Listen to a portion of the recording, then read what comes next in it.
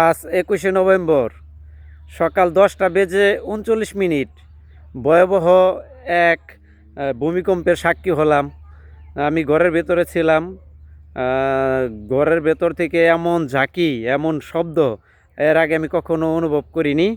এটি হচ্ছে গাজীপুরের শ্রীপুর উপজেলার ধনুয়া গ্রাম। সেখান থেকে আমি এই ভয়ঙ্কর ভূমিকম্পের সাক্ষী হলাম।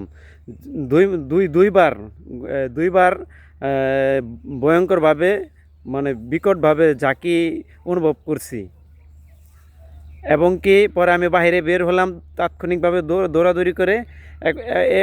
মানে সবাই এরকম একই এই মানে এই ঝাঁকিটি অনুভব করছে। সবাই ঘর থেকে দৌড়ায় বের হয়েছে, কি হইল, সবার ঘর মচমচ করে ভেঙে যাচ্ছে, এমন একটি শব্দ। সবাই আমরা মানে এই বিচলিত হয়ে গেছি, আতঙ্কগ্রস্ত হয়ে গেছিলাম। এখন আমরা বাইরে সবাই অবস্থান করছি। এখন বুঝতে পারছি আমরা যে এটি আসলে একটি ভূমিকম্প। যাই হোক, আল্লাহ বাঁচাইছে, যে রুমের ভিতরে ছিলাম, কোনো ধরনের ক্ষয়ক্ষতি আমাদের হয় নাই।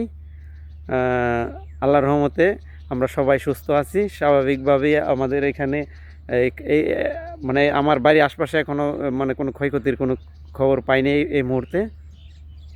তবে অন্য কোথাও হয়েছে কি না সেটাও আমি এক্স্যাক্টলি বলতে পারতেছি না, কারণ ঘটনার সাথে সাথে আপনাদেরকে জানানোর জন্য এই ভিডিওটি করা।